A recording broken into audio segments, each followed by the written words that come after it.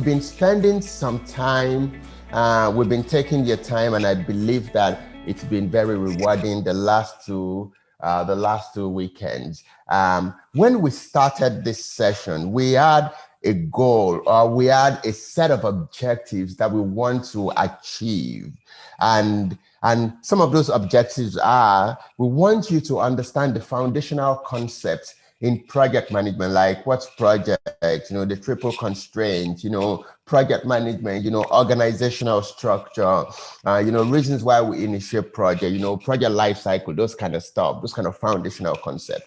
I am very confident that a lot of people will know that right now, because we spent the first day, the first week, distilling and demystifying those foundational concepts. We also said that at the end of this project management masterclass, you will understand the phases of a project and the typical life cycle of a project. We spent the first part of day 2 discussing that extensively. We also said you will understand how project management aligns with customer satisfaction. And I use the organizational model to sort of explain this. If you remember, I said McKinsey & Company, McKinsey & Company is like the biggest, largest, best professional services company, consulting company in the world. Highly respected organization, if you know what I mean. They did some study. They carried out some study sometime not too far ago. And in the study, they identified 50 organizations. And then they spoke to those 50 organizations. So this is me writing. So they spoke to those 50 organizations, the leadership of the organization. They asked them 3 questions. The first question they asked them was, do you have a strategic goal, target, or objective for the next year? The 50 of them said yes. The second question that they asked was, looking at this strategic objective, this strategic goal for the next year, do you think that achieving those strategic objectives will help to improve customer satisfaction? The 50 of them said yes. Matter of fact, customer satisfaction was at the top and at the core of our strategic objective. The next year, we wanted to achieve 1, 2, 3, 4 things. And we believe that when we achieve those 1, 2, 3, 4 things, our customers are going to be satisfied. We will deliver better value to our customers. We will create stickiness with our customers. They will like us. They won't want to leave us. Stickiness. Also, it will help us to also acquire additional customers, customer acquisition. We believe that. And then they left them. And then a year and few months later, McKinsey & Company went to the same company, the same set of companies, 50 of them. And they asked them 2 questions again. The first question that they asked was, have you been able to achieve the strategic goal objective that you set for yourself about a year and few months ago? About 45 of them said, yes, they've been able to achieve that, 45. And then 5 said, well, not exactly. And then they asked them the second question. Do you have project management function in your organization? Out of the 45 people, 45 organizations that said yes, they've been able to achieve their strategic objective. 43 of them said that they have project management function in their organization. The 2 said, yes, we have in one form or the other, but not exactly. We do it as ad hoc. Out of the 5 people, the 5 organizations that haven't been able to achieve the strategic objective, they asked them, do you have project management function in your organization? 4 of them said they do not. 4 of them said they do not. And what, when you get some data, you process the data, you analyze the data, and you come up with information. So they analyze the result of that research, of that study. And at the end, they came up with this Venn diagram. So they have here customer satisfaction. They have here strategic objective. And then the center here, they put project management. So what that means is for you to achieve any result at all as an organization, you need to pay attention to project management. They say for you to get new things at all, you need to consider project management based on that research. They see project management as a vehicle to achieving organizational goal. Whatever that goal is, more customers, satisfied customer, more money, expansion, new product, new project, X, Y, and Z. So that's the strategic alignment between satisfying your customers and project management.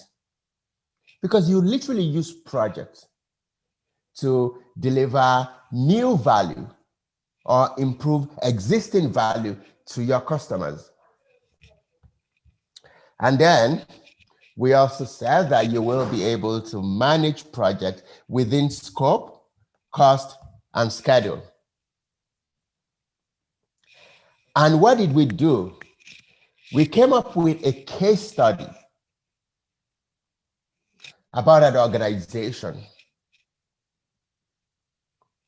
And then we've been treating the case study. So we've used the case study to initiate our project. We've used the case study to plan our project. Now today we'll do some bit of execution and then, tracking and then closing. So we came up with these outlines. Remember, day 1, we said organizational model, why projects are initiated, what's the project, project management, the triple constraint, and why we initiate project. And then we cleared that. Day 2, we said we'll do initiating a project, creating business case, project charter, planning your project, planning your risk, planning your budget, planning schedule, planning stakeholder, planning communication, procurement, X, Y, and Z. So we went through, not in too much detail, but enough to get you started.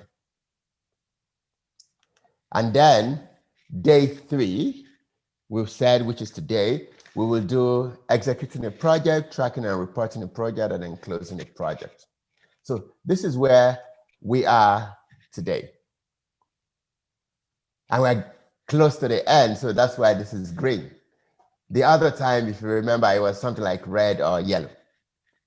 So let us start. This one is going to be interactive. This one is going to be engaging. This one is going to be action-oriented because I want to involve you. So I'm going to be asking you questions based on what I'm going to be teaching or what I'm going to be explaining, I want you to use the chat button to put in your response, you know, and I have a gift for, and then we're going to play a game and I have a gift or two for someone. So fingers crossed, stay tuned. You know what I mean? We submitted our plan, we created our plan, watertight, it was really great. We got approval. And now let's execute and let's track our project. There is something that you're going to be creating when you are executing your project. Those things are called deliverables. Deliverable is the result of successfully completing some tasks or a series of tasks. A deliverable is a sub-product of the entire product. Let's assume that we're building the website for Fruity Delight CA. A deliverable can be, you know, logo. A deliverable can be we've purchased the domain name and hosting. A deliverable can be we have the wireframe. A deliverable can be we have all of the content. A deliverable can be so many things. So as we're executing the project, we're going to be creating deliverables. Now let's look at our case study and let's identify at least 10 deliverables in our case study. So I want to see your response in the chat. What are the deliverables that you're going to be creating from that case study if you're executing that project, if you're managing the project? We said that you are a project manager for that project. You're the project manager. So what are the deliverables that you're going to be creating? Let's see. Let's see. Hit me up in the chat button, in the chat room. Hit me up. Let's see. What have you got? Branding, which is great. I saw also government and health, absolutely. Registration, incorporation in Canada, correct. Approval from drug and food and all of those things. That's perfect. Also, there's still more. There's still more.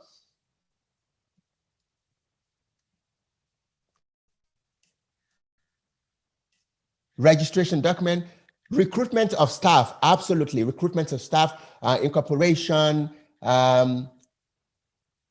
rental of office space.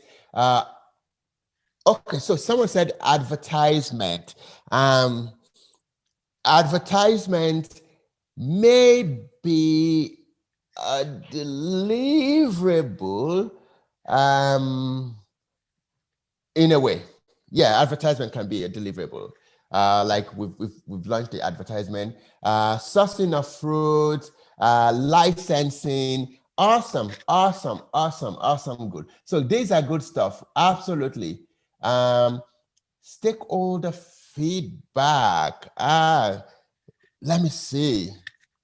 The case study said we'll create logo, we'll rent office space. You know, once we pay for the office space, one deliverable. Once we get all the furnitures in, another deliverable. Once we develop the JD and then we post out, another deliverable. When we shortlist and finish interviewing, another deliverable. When we make offer and they're accepted, another deliverable. Awesome, awesome, awesome, awesome. These are good stuff. So these are some of the things that you're going to be creating as you're executing the project. It's also possible that you will need to contract some part of the project out to another organization, to another party. You know, maybe we want to get someone to handle the web design part of the project. Outsourcing. Outsourcing. Now, when you're outsourcing a part of your project or when you're contracting a part of your project out, there are different contract types that you can use. Now, you first need to understand the available contract types, the details, description about those contract types, the pros and the cons of those contract types, and the situation that warrants the use of those contract types. But let me see if we have some sourcing experts in the house. Do you know of any contract type? If you do, send it to me in the chat. Well, put it in the chat. Everybody can see it. Put it in the chat. I'll wait for another, say, 1 minute, and then I will give you what I got. If you know any contract type, if you've been involved in contracting or sourcing in your organization, let me know. You can even say, you know what? We don't want to be the one to handle the recruitment. We want to contract it to a recruitment agency, for example. All right. So not a lot of people have sent stuff to me. So let's see. There are 3 types of contracts that we have. We have 3 major types of contract. The first one is the fixed price contract. Now, what is the fixed price contract? The fixed price contract is that type of contract that details everything that we need from the vendor, from the supplier, from the service provider. At the beginning, we agree on what that thing is, and then we also agree on how much we're going to pay, lump sum, how much we're going to pay. We have that agreement, and it doesn't change all through that engagement. We wanted to hire 6 contract staff that have this type of skill set, X, Y, and Z, and we're going to pay you $6,000. That is fixed term contract or fixed price contract. The work that we want you to do is fixed. The amount of money that we're going to pay you is fixed. Now, they've also done a lot of calculation to be able to say, yes, 6K is enough for me to hire 6 people, do background check, and still make some profit for myself. Now, if we change from 6 people to 8 people, then automatically we have to change this because we have fixed. Now, when you know details about what you want, you can use fixed price contract. The second type of contract that we can use is cost reimbursable contract. Cost reimbursable.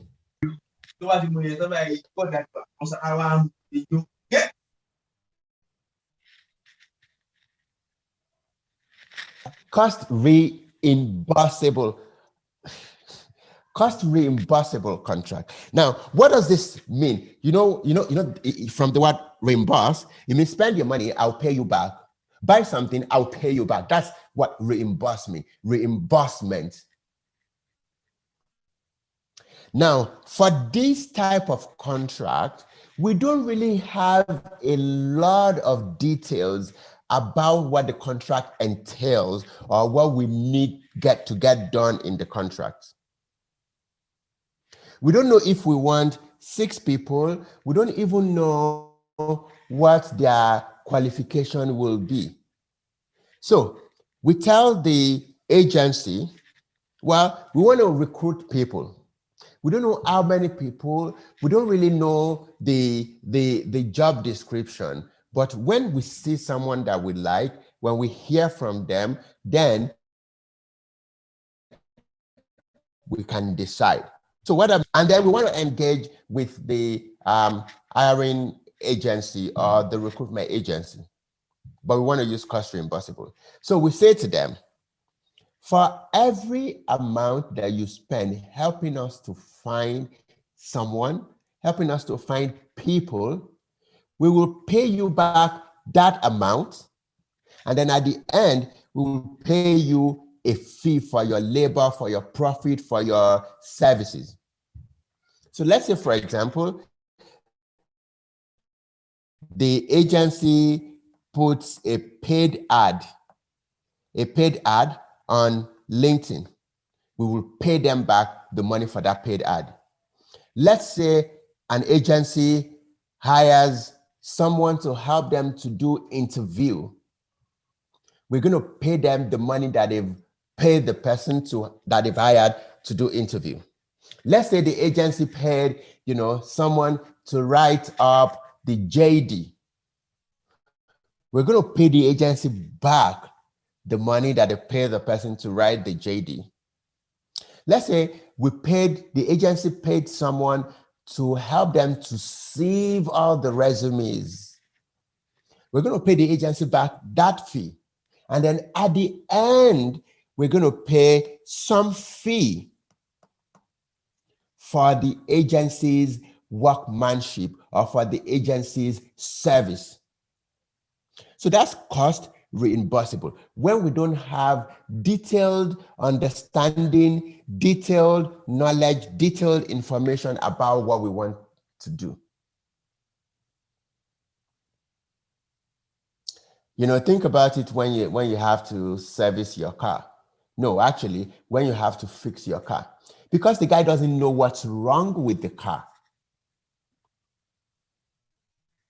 He's not certain what the issue is with the car. He can say bring $5,000. He can say bring $7,500. He can say, well, I'm going to check, I'm going to buy something, and I'm going to use it to check. And then, if that's the issue, then we'll fix it. Because I don't know yet, so I can't even tell you how much. So that's cost reimbursable. For every amount, for every dollar, for every naira, for every pound that that the vendor, the service provider spends on our engagement, we're going to pay them back, and then we're going to pay them a fee for their services. That's when you see your mechanic will say 15, actually not 1,500, let's say 15K. I will buy shaft, whatever that is, 7K. I will take taxi, because for every amount that they spend on your project, you're going to pay them back. I'll take taxi, 2K, and then, so that's, what's this now? This is 24K, and then my own workmanship will now be 5K. So this is cost reimbursable. And then the third one is time and material. Time and material. Think about this as hourly or daily charge out rate, as against paying a lump sum for the guy's workmanship. You're going to pay him by hour. You're going to pay him per hour. So you really need to understand this contract type. I mean, if you honestly don't have a lot of details about the part of the project that you want to subcontract, you can't use this. If you have a lot of details, you have detailed information, you shouldn't be using this or this. So that's that about contract. Know it and know when to use it. We said that we're going to be creating deliverables. But the project manager is not going to be working alone. He's going to be working with people. He's going to be working with teams. And you are will agree with me that there's something called motivation. There's something called interest. And that thing, motivation, interest, sort of declines over a period. But the project manager wants the people working on the project to stay motivated, to stay engaged all through. So what that means is the project manager must keep the team motivated. Understand that your position is that of a leadership position as a project manager, and you want to ensure that your team members are motivated. So let's look very quickly at few theories about motivation and team building. Think about it as team building. Let's start with this guy. His name is Bruce Stockman. Bruce Stockman says that every team will go through some stages in their development life cycle. Every team will go through these stages of development. And I identified 5 of those stages. The first stage he called the forming stage, the forming stage. This is the stage where the team is assembled. You know, after finishing your plan, you got it signed off. Now you want to start executing. You're going to bring people that will work on the project for you. The point where you assemble them, where you gather them, is called the forming stage. At this stage, people have little or no agreement because they're just coming in. They don't really understand what's going on the project, what the project is all about, the details X, Y, and Z. And what you will need as a project manager is to provide guidance and direction to them at the forming stage. There's a bit of excitement, but there's also a lot of lack of clarity. After the forming stage, then the team moves to the storming stage. You're going to be gathering people who have maybe never worked before together, who have different mindset, who have different personalities, who have different psychological makeup. You're going to be gathering those people together, and you need them to be able to deliver the project. So after they come together, they get into the storming stage. You know, storm. There's going to be a lot of conflict. There's going to be a lot of, misunderstanding. There's going to be a lot of personality clash. Someone is going to be, why is Oluseyi always talking that way? Why is Mary always like this? Because I'm trying to understand him. I'm trying to understand them. I'm trying to understand her. There's going to be a lot of disagreements. Oh, I want to be the one to do this. Why should you be the one to do it? At that stage, what a project manager does is to coach the team. The third stage is the norming stage, where we're now beginning to agree, where we're now beginning to accept each other, where we're now beginning to understand each other. You have heard some people say, when we first started or when I first met you, I didn't really like you. I thought you were like very arrogant. I thought you were like very this. I thought you were like very that. But after some time, I got to understand you and I appreciate your personality. That is now the norming stage. Agreement and consensus, clarity about roles and responsibilities, understanding of personality, understanding of goal and objective of the project. Norming stage.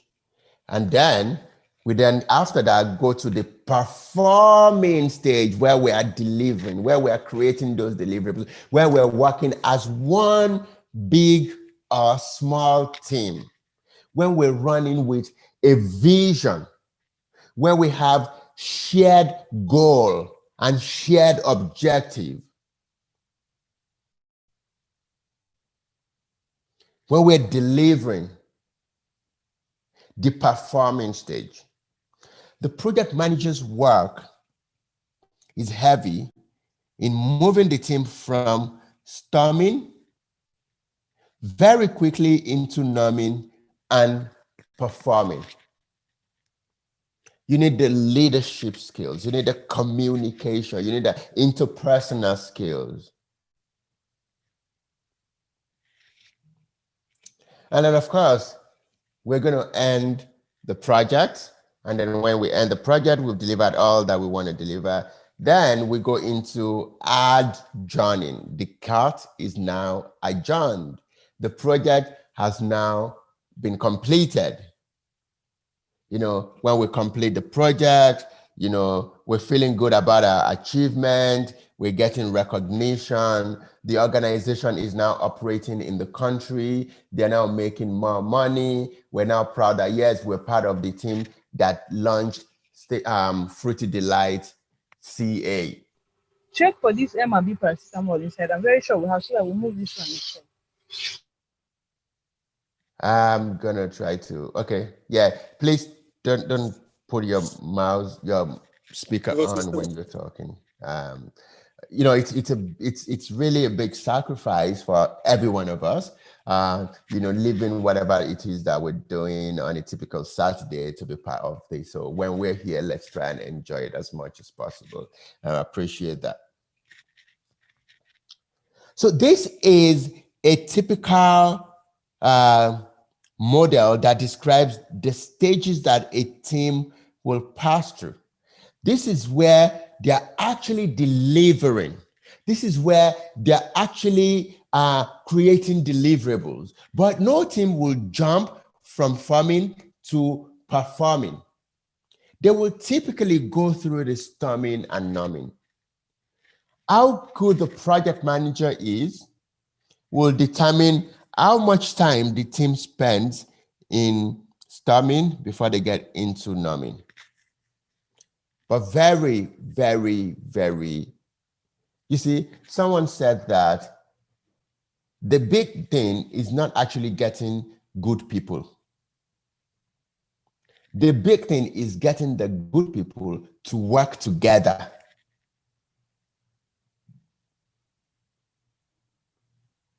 Getting the good people to work together. That's the big deal. That's the big responsibility. And because you're a leader, as a project manager, you will have to make sure that you help the team to transition into performing very quickly. Another of, again, as a leader, a project manager as a leader, another of such things that you need to also understand is the theory by McGregor. So McGregor said that there are two kinds of people in the world, you know, and he called them theory X and theory Y. Now, he said the people that you find that are not really creative, the people that you find that are not really self-directing, that are not really motivated, are the people that you can call theory X people. They don't like to work. They don't like to work. They would rather play. They can't really take initiatives. They're not very creative. They're not very self-directing. And, there are few people like that. So what do you do about those people? There is a way that you will lead and manage them. Whereas the second theory is the theory Y. These are people that are self-motivating. They are like self-starters. They are very creative. They like to use their initiatives a lot. When you have these people, what do? Just give them the challenge. Give them the task. Give them what you want them to do. Leave them. Let them explore their creativity, and they will get the work done. And, I have to tell you, you will find these two categories on your team. The theory X people, what they require is some bit of micromanagement. You have to spell everything out to them. You have to constantly check them. You have to push them. Remember, one of the desired attributes is flexibility. Know when to lead, when to aid, and when to push. And you're going to have this kind of people. You will. So know that you will lead and manage people differently based on the category that they fall into. For those who have kids or children here, you will know that at times, some of your kids, you just tell, do this, and they do it. Others, you may have to, I don't want to say this, but you may have to hold something to get them to do it. The same thing for your team members. Some you just give some challenge to, can you get this done by tomorrow? And then they will do it. You don't even need to worry. And then there are other people that you say, can you get this done by tomorrow? And tomorrow they won't get anything done. So they need you to constantly check up on them. Where are you now? What have you done? Let me see what you've done, X, Y, and Z. Theory X and Y. People need to stay motivated. You need to get your team utterly, totally motivated all through. Motivation is the impetus for doing things. So there's this guy called Abraham Maslow. And what this guy said was, motivation is actually linked somehow to needs. Motivation and needs. There is a relationship between motivation and needs. And what he did was he did a lot of work in human and behavioral psychology, understanding people, understanding motivation, understanding the intrinsic motivation of humans, and how to unlock that motivation. And then he tied that to needs. It came from the needs angle. So at the end, he came up with a pyramid, something like this. And then he created 5 levels in that pyramid. 5, 1, 2, and then he called that the needs. So what does that mean? He says the first point in motivation is to try and understand the need that your team members have. And once you understand that need, to motivate them, try and meet that need. If you find someone that is hungry, the person needs food. How do you get the person motivated to work? Give the person food. If you have someone who's looking for a permanent gig, permanent engagement, if you want to get the person motivated, give the person what they need. So that's what Abraham Maslow said. Now, this is what he's got in the hierarchy of need. The lowest level of that pyramid, of that hierarchy, he calls the physiological need. These are people that have need for water, need for clothing, need for shelter, need for food. Now, if you have someone like that on your team, on your project, the best way to motivate this person to work is not to give them additional responsibility. It's not to give them title. It's not to give them books to read. It's not to send them to training. It's to provide what they need. Give them food. And they will be totally motivated to deliver more. The first level, physiological. The second level, he called safety. Safety. You know, people that require security of employment, security of resources, security of family. Let's start with security of employment. And HRs in organizations understand this. When you get a job in an organization, your employment is conditional. So they say, we're going to give you 6 months. And within that 6 months, we'll place you on probation. We will make your employment offer permanent after 6 months based on your performance.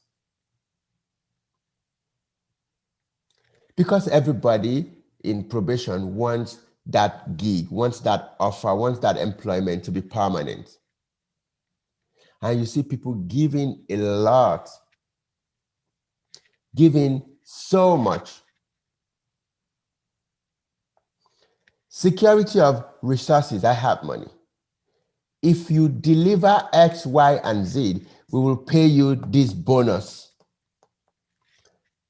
And because they need security, they need that, okay, I have this money.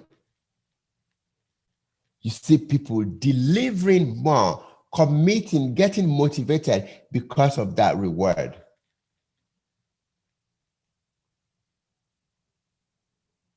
These guys don't need food.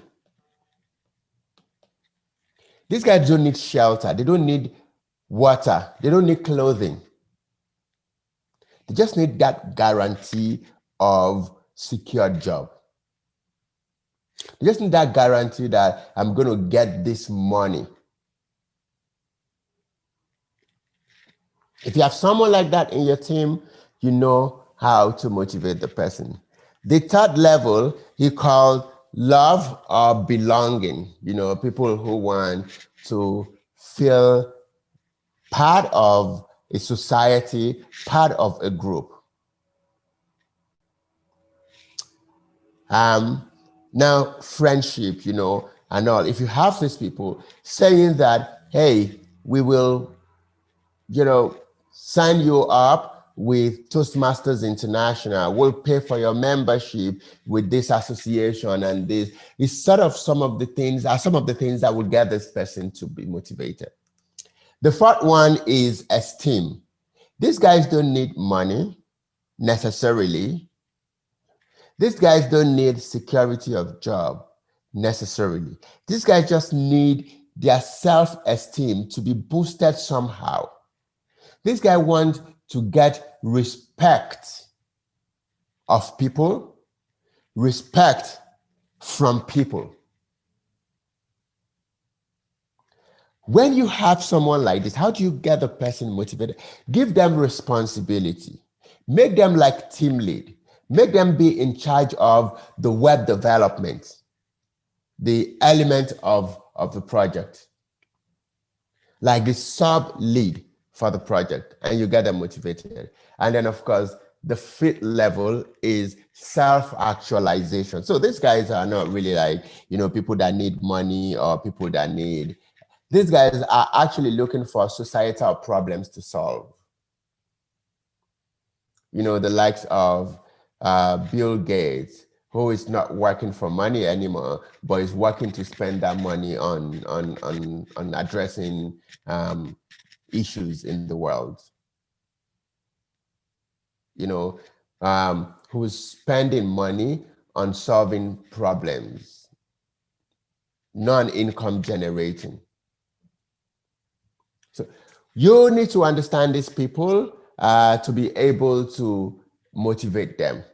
And then there's also, the Asbach two-factor theory, which I won't really go into as much, but it just says that there are some things that are motivating people to work. They call those things motivators, like achievement, recognition, the work that people do itself, the responsibility that they have, the ability to advance their career or to achieve some growth. You can see that here, we don't even mention money. We don't even mention money at all. And then there's things we call the hygiene factors, like the remuneration, the salary, the company policies, and all of those things. So you need to get all these things in place to be able to ensure that your team is constantly creating those deliverables. Now, as the project progresses, you will have team members or you'll have stakeholders requesting for change. Change is constant. Change is something that's going to come on our project. Now, when changes are requested, how do we treat that? So someone comes and says, oh, I don't want to do 6 people again. Can we do 7 team members? Oh, I don't want us to do Ottawa again. Can we rent in downtown Toronto? That's a change. How do we address that? How do we address that? We need to create a change control process or a change control system just to sort of put a method to whatever madness will be going on a project.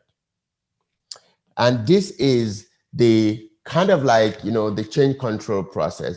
Anybody within the team can request for a change. Any stakeholder can request for a change. Make sure that if the change was requested verbally, make sure that it's documented. Some teams have change request form template that they can use. So make sure that it's documented and it's submitted. Once it's submitted, the project manager and the team will do an impact assessment. Now, someone has requested the scope of the project. How will it affect the cost of the project? How will it affect the time of the project? If it changes the scope, then automatically our cost, our time, and a number of other things will be affected or impacted. So we document that impact assessment, and we need someone to help us to review that. If you've been involved in projects, you will have been hearing something called Project Steering Committee. This is sort of like a group of people with the authority to either approve or reject a change request.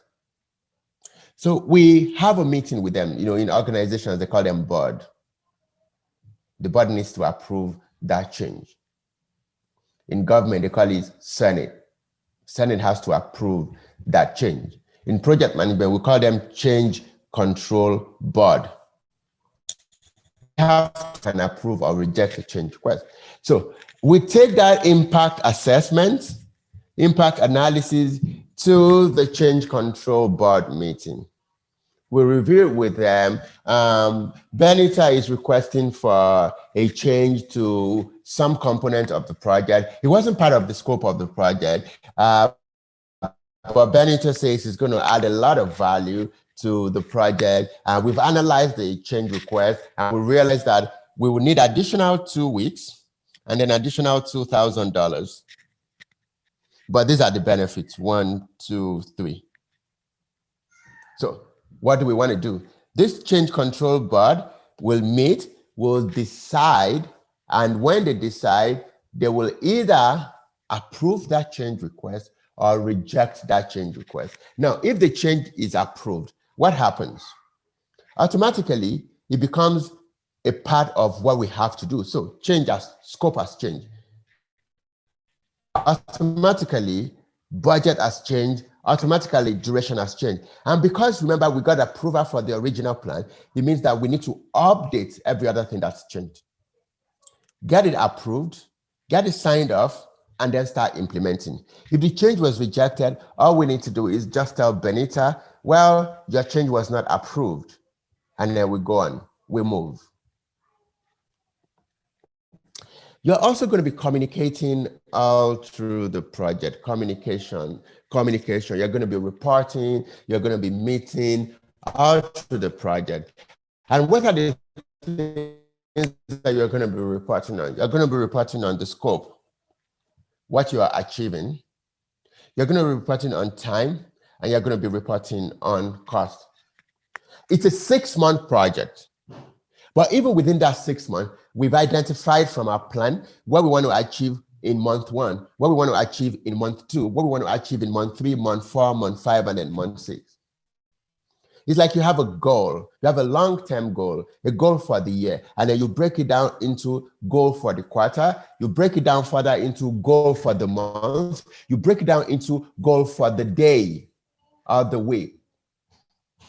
And then at the end of every week, we're tracking how we're faring with our goal. The same thing for project management. We have this big scope, but we've decomposed it. We have this big timeline, but we've decomposed it. We have this big budget, but we spread it across. So every week or every other week, at intervals, regular interval, we're reporting to the business, we're reporting to the stakeholders how we're performing with respect to scope, with respect to cost, with respect to time. What did we say we will achieve by the end of month 1? What have we actually achieved? How much did we say we'll spend on in 6 months? And how close are we to still getting the project done with $6,000? So you're going to be you're going to be communicating, you're going to be reporting on your project as part of executing the project. Also, you're going to be having meetings.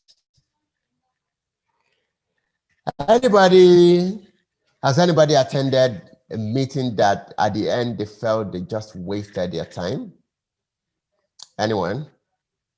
Has anyone, you can drop it in the chat, has anyone attended the meeting where half of the time they were either sleeping or pressing their phone or out of the meeting? Sure. That's because the meeting either was not well facilitated or you shouldn't even have been part of the meeting. But as project managers, you're going to be facilitating, you're going to be hosting, you're going to be holding meetings all through. So how do you want to ensure that the meeting doesn't end up as being called, yeah, you're like, oh my goodness, you could have sent this as a mail. I don't know why you asking. Or I honestly don't know what I'm doing in this meeting. Or what exactly are we even talking about? So how do you ensure that you don't get that responses or feedback about your meeting? The first step is for every meeting that you're going to have, we're talking meeting management, for every meeting that you're going to have, you must have an agenda, you must have an objective. What do we want to achieve by this meeting, by holding this meeting? Is there another way that we could have achieved this objective without gathering people together? Let's go ahead and have a meeting. Now in the meeting, what are the things that we're going to discuss? What are the items that will help us to achieve that objective? You have an agenda. And then you only invite the right stakeholders, the people that will contribute, the people that will be impacted by that objective, only the right stakeholders. Also, you want to ensure that you have the right setup, the right tools, the right settings, the right location for the meeting. You know, there's some meetings that we do by just standing up, 15 minutes. There's some meetings that we have maybe at the lunchroom. There's some meetings where we have to sit down and have like a board setting. There's some meetings where we have to, what is the right location, the right setup, the right tool for this meeting?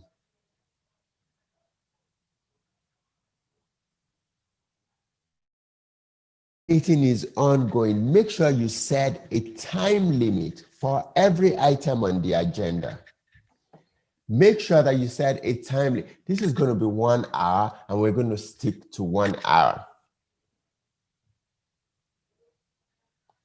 We're not going to allow ourselves to go outside of 1 hour, and we're still going to be able to achieve the objective within that 1 hour time frame. Stick to the agenda. Do not let the meeting derail. Do not let people hijack the meeting. You will have heard things like, when I just came out of this meeting and there's just this one guy who was talking over everybody's head. He literally took over the meeting and he didn't allow other people to have a chance to speak. Or, at the end of that 1 hour, I'm like, what did we discuss? What did we say we wanted to discuss? What did we eventually discuss? Stick to the agenda. And then lastly, at the end of every meeting, please send what we call minute of meetings to everyone. The things that we discussed, the decisions that we made, and the next step of actions, or the next action or action items. Within 24 hours, let's have that minute of meeting shared out to everybody. We're also going to have, conflicts on our project. We have a lot of techniques that we can use to resolve conflict, X, Y, and Z. I'm not going to go into this in detail. But I'm just going to say the best technique for resolving conflict is collaborative.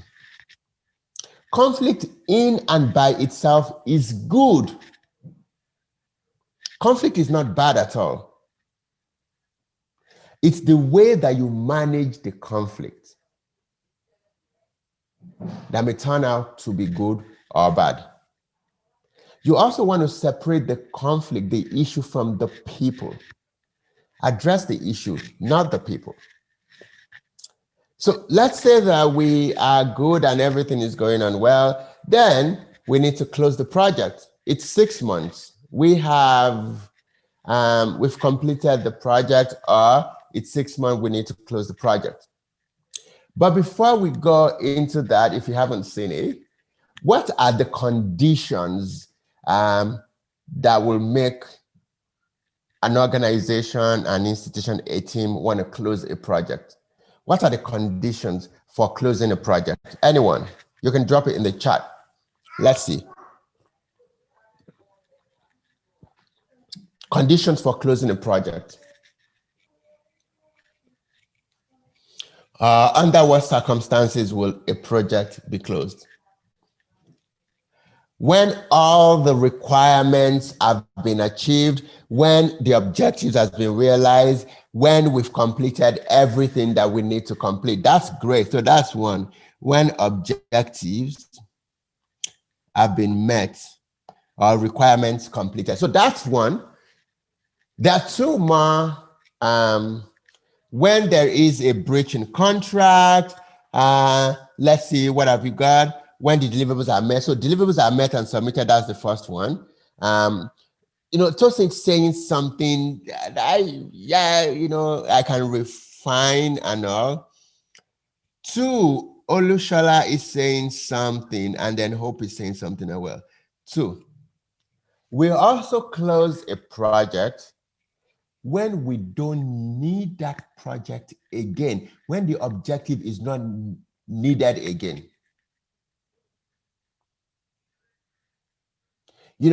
I'm sure you will have said something, "Oh, I was going to do this," and you started doing it, and then something happens, and you realize that you don't even need it anymore. You still go ahead to close the project when the objective is no more needed, when the reason why we initiate the project is no more needed.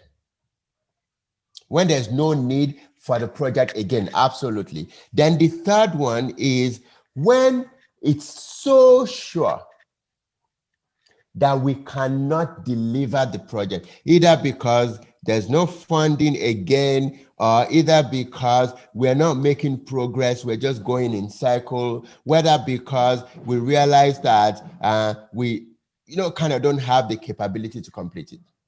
So those are the three conditions under which a project can be closed. Those are the three conditions.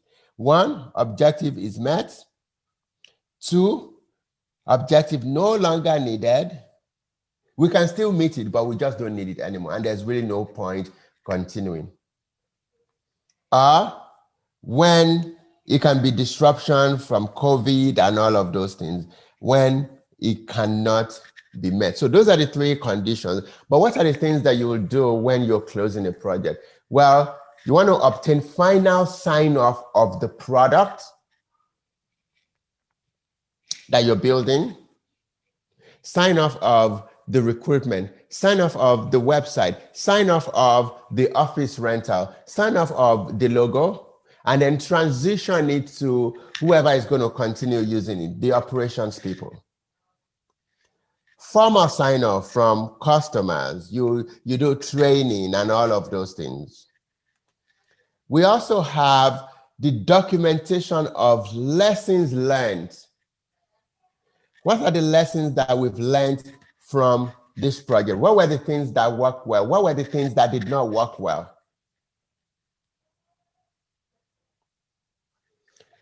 You also want to do reconciliation. Provide feedback to the team. Go back to account and say, "Oh, we collected, say, $10,000. Now we've finished the project. We've spent 9,800. These are the things that we spend the money on. This is the outstanding $200. You want to also provide some feedback for the team that's been working on the project. And then lastly, you want to come up with or develop the end of project report. So in conclusion, how have we used project management to help Fruity Delight NG? Well, by implementing this project, we've helped Fruity Delight to grow in coverage. Now they are now in Canada as well. They now cover more areas, more countries, more regions by using project management. Also, we've helped the company to grow in sales. Now they have sales coming from Canada. Also, we've used the project to meet human needs. And lastly, by implementing this project, we're making the world a better place. with effective project management. This is the end of my presentation, but I have one or two games that I wanted us to play. So this is the first one. The first game. We should be done in about 5 minutes, and then we can take questions and answer if there is, and then we can end. This is the first game. If you look at what I have here, 2 plus 7 minus 118 equals 129. This is not true. This is not true, is it? It's not true. If you do this, you will see that what you get is not going to be this. Have you confirmed that? Yes. Now, what can you do to make what I have here correct? But there's only one condition. I've just given you my stylus pen, this pen. I've given you this pen. And all that you can do is draw lines. You can't write numbers. All you can do is draw lines. And when you draw the line anywhere, whatever it is that you have on the screen must be correct. So how do you go about it? If you have a pretty decent background and there's not a lot of noise and you want to speak, you can unmute yourself and speak. If you think your background is sort of like noisy. Hi. Hello. Hi, this is Kenichi. Can I speak? Yes, you may. So if you put a line above the plus sign, it would give you 247. So 247 minus 118, I think that's 129. That's correct.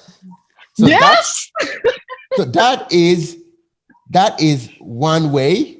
So all you need to do is just put a line here, and then what you've done is you've made it 247 minus 118, and if you do this, you're going to get 129. So that's Kenichi. Kenichi, where you are.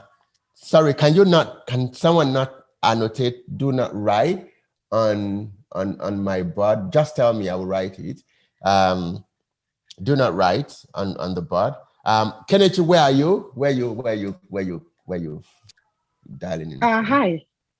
We mean where I stay? Yes, where you stay. Oh, I'm in Nashville. Okay, cool. Nashville, cool stuff. Drop me your email. I should get a $10 gift card across to you for getting this. Oh, thank you so much. No worries. So that's one. There are other ways. Can I go next? Oh, yes, you may. Okay, thank you. So if you draw like a circle to make 7, 9. Oh, that's not a line, sorry. Oh. So that's not a line. You're doing this, that's not a line. But let's see. Okay, so anyway, so if you make it a 9 and then you make the minus sign a plus sign. So it's going to be 2 plus 7 plus 118. Yeah, but I can go next. But this is not a line, unfortunately. Hi, Bola. Okay. Unfortunately. But where are you, by the way? I'm in Toronto. Oh, okay. Yeah, that's not a line. Yeah, but I can get $10 Amazon gift card across to you as well. Yay. Hi, Bola. Thank So you. send me, just send me your email, private message me your email and I can send it. And then Kenichi for you. Thank you. All right. Bola, are you there? Yes, I am here. Okay, so just draw a line, the 2, right? So just change the 2 to a 4. Sorry, I lost you. I can't hear you. I said, look at that 2. Just draw a line and change the 2 to a 4. Ouch. That doesn't look like 4, bro. Yeah, that doesn't look like 4. Yeah, that doesn't look like 4. Sorry. It's interesting that, someone is not saying Kenichi did the super difficult one. There's one that's pretty straightforward. Yeah, go ahead. Can I say something? My name is Dayo Kolumi. Hi, Dayo. Okay, cool. Yes, so I wouldn't know if somebody has suggested this, but just drawing the line across the equals to sign simply means that 2 plus 7 minus 1 8 does not. Absolutely. That's like the obvious. By just saying this is not equals to, you make this right. Absolutely. This is actually I'm not discounting your effort. This is actually the easiest one. Dayo, where about are you? I'm in Nigeria.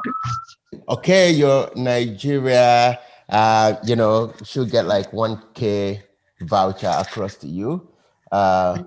Again, all you need to do is just DM me your telephone number and I should do that tonight. So we have Onye 10 card, we have Kenichi 10 USD, and then we have Dayok Balumi 1K call card. All right, so that's that. Let's look at the second one. Look at this one. What's the answer?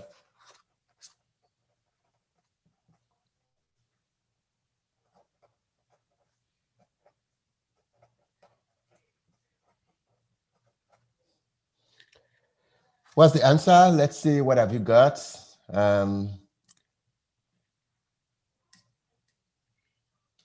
Okay, so I have Kyle has sent me something.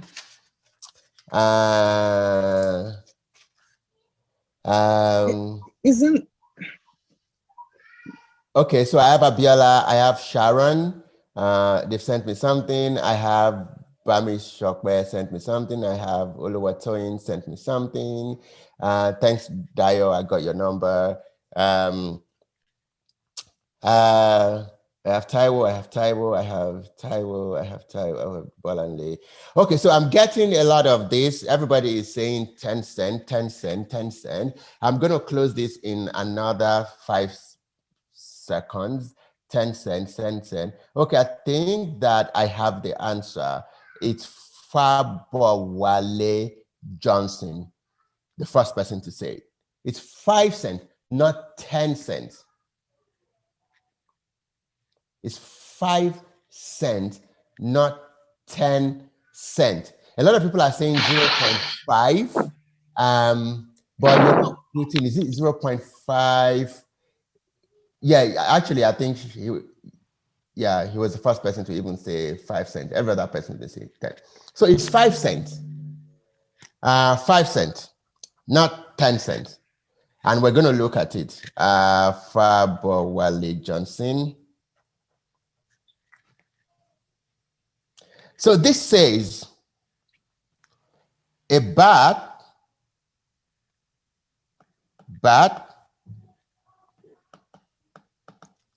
plus ball equals 1.1. Now, the bat cost $1 more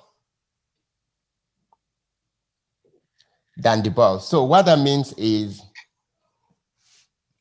bat plus 1 plus bat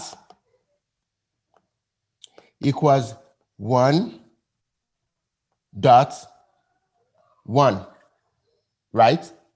Because this is a ball and it costs $1 more. So that's $1 plus the cost of bat is $1 plus the cost of ball is bat.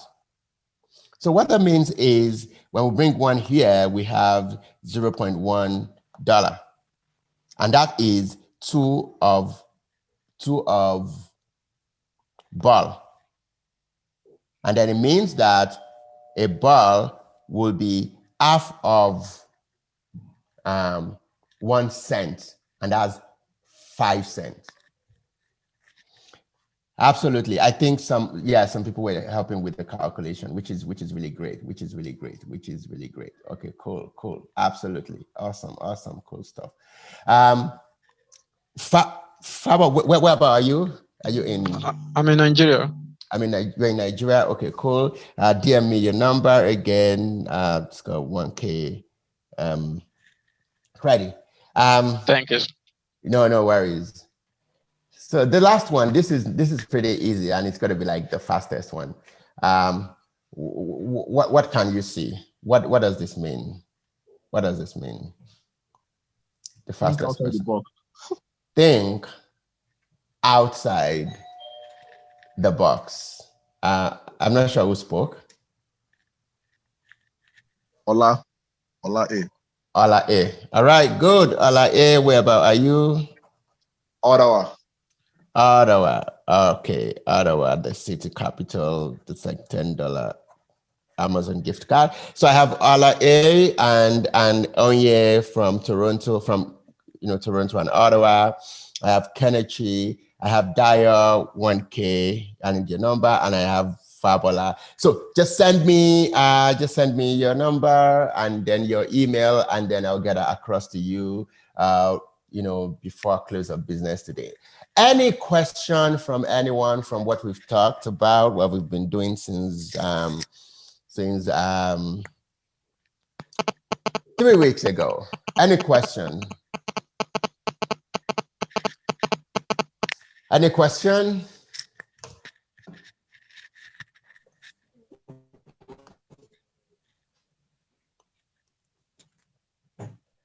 Any question from anyone? No?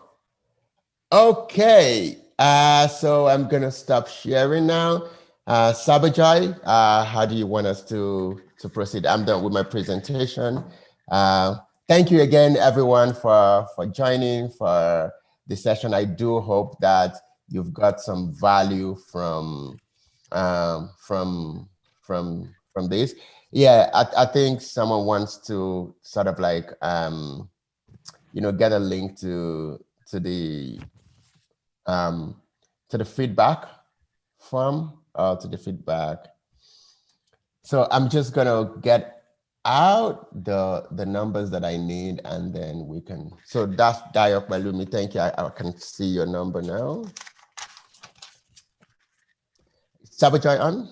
Hello. Okay. Yeah. All right. Yeah, cool. Sarb had to leave, so I guess I'll be sending the survey links and all, and then we can come to close this meeting. Absolutely. Yeah, and thank you again for organizing such a wonderful session. It was definitely a good learning experience for myself, and I hope every other participant was able to get as much as I was able to. Absolutely. From the learn about project management. Definitely a new area for me, and thank you again for the wonderful slides and also the Q&A. Especially some of the questions were quite interesting and tricky. The one where where the brain is like thinking, yeah, the answer is 10 cents, but actually it's 5 cents if you think over it. And likewise, I also wanted to thank all the participants who helped make this possible. And I'll be sending out a feedback link in the chat shortly. So if all the participants can take some time and fill out the survey, that would help all of us to understand what helped the most and where else can we improve as we organize such a master's class in the future. So just put out the feedback link. Please do take time to offer your feedback and help us improve the classes. Bola, before we close to, before we close this meeting, any other last thoughts you have to share with the participants? I would just like to say, continue to learn, continue to develop yourself, continue to push. Project management is not stagnant. Project management is constantly evolving. It's constantly changing. And the more you learn, the better you become, and the more value you're able to add to yourself and to your organization. The more visibility, the more promotion, the more progress you experience yourself and your organization as well. It's been an interesting time for me sharing thoughts and ideas and insight with you. I've enjoyed the past 3 weekends, and I wish you all the best in your endeavor. You can connect with me on LinkedIn. My name is Bola Adesope. You can also sort of connect with me on Instagram. It's at Bola Adesope. I hope to chat with you guys. Thank you. Awesome. Thank you again, Bola, and for all the participants, please do fill out the survey. Feel free to connect with Bola on LinkedIn, and as well as follow STEMHub Foundation on LinkedIn, Instagram. That helps us gain more, or I would say spread the mission across more people. So that helps a lot, and thank you again. We'll end this meeting. Yeah, I have like 1 or 2 questions. Yeah, I was in Ife. Let's connect, Ola. So someone is saying that must a project manager know how to use project software? So project software like Microsoft Project, like Jira, like Write, like Trello, like Confluence. Yes, you should learn it, because those are some of the software or the tools or the applications that you're going to be using to help you to manage your project effectively. But you still need that project management knowledge. I hope that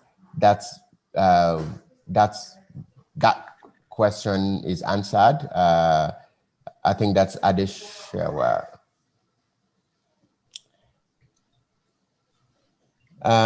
Please just check the question. Okay. I'm just looking here. I'm sure the video will be available. Someone's got the link for testimonials. How much can we get? How much can we get to have a real? How can we get to have a real certification? Yeah, you can. I would typically say PMI has a certification called PMP. They need you to have like 35 hours of project management education, project management training. You can get those trainings, anywhere really. You can do like search online, and then you can get those training. If you want, again, you can also reach out to me as well. I run trainings and boot camps and programs as well across project management, business analysis, Agile, Scrum, and all of those things. Are there online courses that we can do to advance absolutely the number of online courses that you can check and take to continue to advance your project management knowledge and experience. I am looking for, so I have Dio, I have Dio number, I have Fab's number, I have Ola's email. I don't have Onye's email. I don't have Kenechi's email for yourself. You can just send it to me anyhow. My email is bola.adesope@gmail.com. That's my email. My first name dot my last name @gmail.com. Or you can connect with me anywhere, LinkedIn, Instagram. For those whose email address I don't have for that. All right, that's all I got. Thank you again. Yeah, thank you, Bola, again for answering those questions, and everyone please feel free to connect him on LinkedIn and Instagram. And also saw that some of people have questions about product management. So yes, we'll be having product management masterclass starting same time next Saturday. So if you haven't already registered, we have the registration links on our LinkedIn and social media channels. So feel free to register for those master classes. And another question someone had was if the video recordings would be available. Yes, the video recordings would be posted in a couple of hours or so on our social media channels. So you'll be able to go back and revise or recollect things that you probably had to solve or something. So yeah, thank you again, Bola, and really enjoyed the class.